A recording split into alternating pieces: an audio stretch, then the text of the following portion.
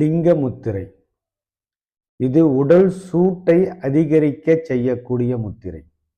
குளிர்காலத்தில் சளி இருமல் பிரச்சனை அதிகம் இருப்பவர்கள் இதை செய்யலாம். எப்பொழுதும் சோர்வாக இருப்பவர்கள் இதை செய்தால் சுறுசுறுப்பாக ஆகலாம். சுவாச பிரச்சனை இருப்பவர்கள் இந்த லிங்க முத்திரையை செய்வதன் மூலம் அதில் இருந்து விடுபடலாம். உடல் சுறுசுறுப்பாக இருக்க உதவும் இந்த லிங்க முத்திரை. இந்த லிங்க முத்திரையை எப்படி செய்வது என்று பார்ப்போம். 2 கைகளையும் ஒன்றாக இணைத்து விரல்களை ஒன்றுக்கொன்று பின்னி பிடிக்க வேண்டும். ஒரு கையின் கட்டை விரலை நேராக மேல் நோக்கி நிறுத்த வேண்டும். மற்றொரு கையில் இருக்கும் கட்டை விரலை அதனை சுற்றி பிடிக்க வேண்டும்.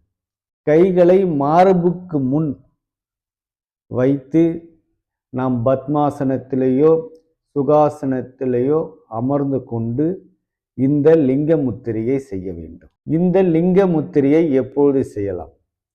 காலை மாலை 2 வேளைகளும் செய்யலாம்.